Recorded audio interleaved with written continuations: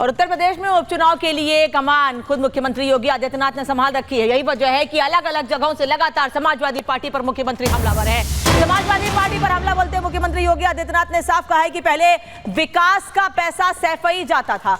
मुख्यमंत्री कह रहे हैं कि पहले विकास का पैसा सैफई जाता था और जिस पीडीए का राग लगातार समाजवादी पार्टी की ओर से लापा जा रहा है, उस पर भी मुख्यमंत्री ने हमला बोला। उनका कहना है कि सपा का पीड़ित दंगाइयों का प्रोडक्शन हाउस है, माफिया सपा के प्रोडक्शन हाउस की उपज है, दंगाइयों अपराधियों का प्रोडक्शन हाउस। और उन्होंने एक बात फिर दोहराई, देख सपाई बिटिया घबराई। इस समाजवादी पार्टी ये पीडीए की बात तो करती है, लेकिन मैं आपको बताऊं इनका पीडीए क्या है। ये प्रोडक्शन हाउस ऑफ दंगाई एंड अपराधी है। ये एक नई परिभाषा इसको हम दे रहे हैं, प्रोडक्शन हाउस ऑफ दंगाई एंड अपराधी। याद करिए, प्रदेश का कोई भी जितना बड़ा अपराधी और माफिया होगा, जितना बड़ा वह दंगाई होगा, वह समाजवादी पार्टी के इस प्रोडक्शन हाउस का ही हिस्सा होगा।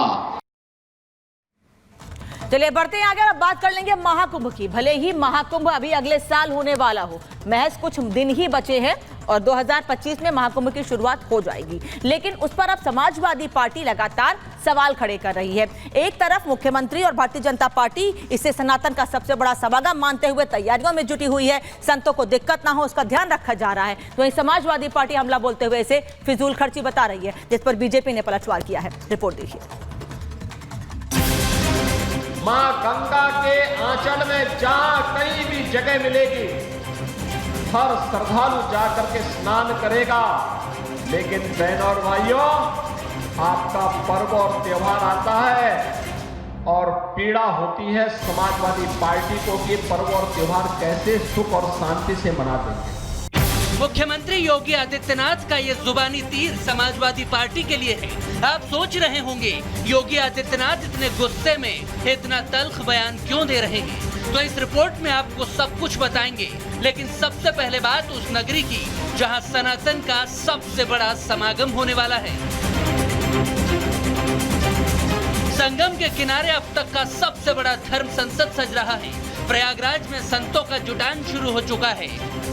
सभी अखाड़े अपने सन्यासियों के ठहरने के लिए जगह फिक्स कर रहे हैं। योगी सरकार भव्य सांस्कृतिक तैयारियों में जुटी हुई है।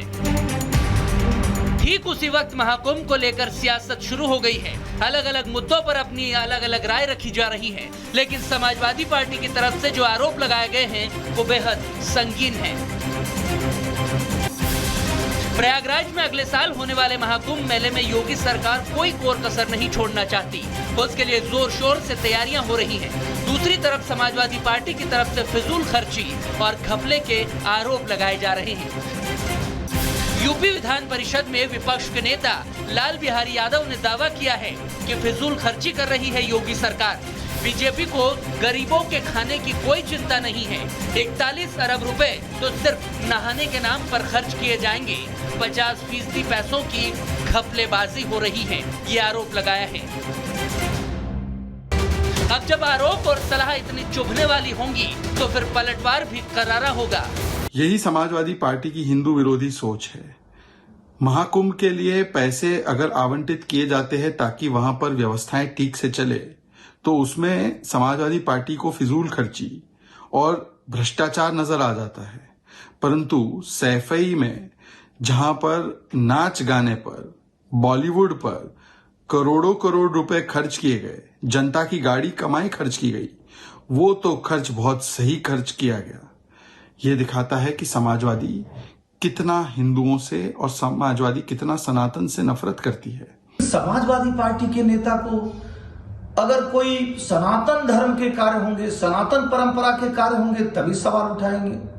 भाई अगर इतना अच्छा ज्ञान है इनको, तो मैं तो चुनौती देता हूं समाजवादी पार्टी के नेता को, कहिए ना एक बार कि सरकार के पैसे से, जनता के पैसे से हज हाउस नहीं बनना चाहिए। कहिए ना एक बार।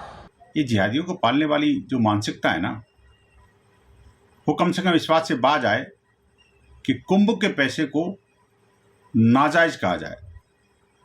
कुंभ का काम नाजायज नहीं होता। लाल बिहारी जी, कहीं लाल पीला होना है तो कहीं और हुई है। कम से कम इस पवित्र कार्य में बाधक मत बनिए। आपको ये खर्चे नाजायज नजर आते हैं? अगर नाजायज हो तब बोलना ना,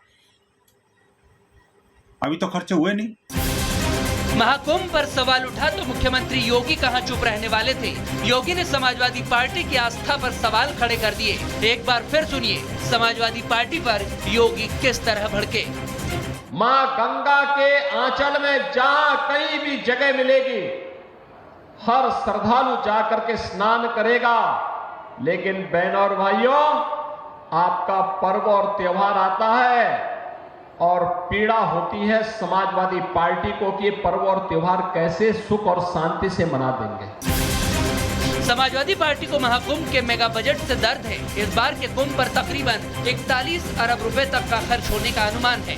बता दें कि महाकुंभ की उल्टी गिनती शुरू हो चुकी है।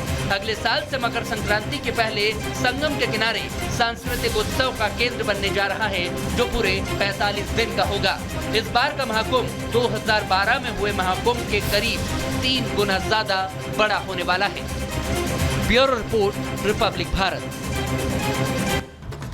सत्ता पक्ष और हिंदू संगठन तो समाजवादी पार्टी पर हमलावर हैं ही, लेकिन संत समाज, जिनका जमावड़ा करीब 1 महीने पहले से ही प्रयागराज में संगम नगरी में लगना शुरू हो चुका है, उनमें भी समाजवादी पार्टी के इस बयान को लेकर नाराजगी है। संत समाज क्या कह रहा है समाजवादी पार्टी के इस बयान पर, सुनिएगा। कुंभ के बारे में समाजवादी पार्टी के नेता टीका और टिप्पणी कर रहे हैं। कभी उन्होंने मुस्लिम त्योहारों पर टिप्पणी नहीं किया, कभी रोजा इफ्तारी पे टिप्पणी उन्होंने नहीं किया, लेकिन कुंभ से समस्या है क्योंकि हिंदुओं की आस्था का प्रतीक कुंभ है। इसके नाते समाजवादी पार्टी के नेताओं को दिक्कत है। एक पुरानी कहावत है, जब नाश मनुज पे छाता है पहले विवेक मर जाता है। अरे समाजवादियों, हर साल सैफई महोत्सव में करोड़ों रुपए खर्च कराते थे, हज हाउस पर करोड़ों रुपए खर्च करवा देते थे, तब नहीं याद आया कि सरकारी पैसा है। आज कुंभ 12 वर्ष में एक बार होता है और आदिकाल से परंपरा है और राजशाही के जमाने से सरकारी व्यवस्था होती थी। आज तुम्हें याद आ रहे करोड़ों रुपए खर्च होने, हज हाउस पे नहीं याद आए।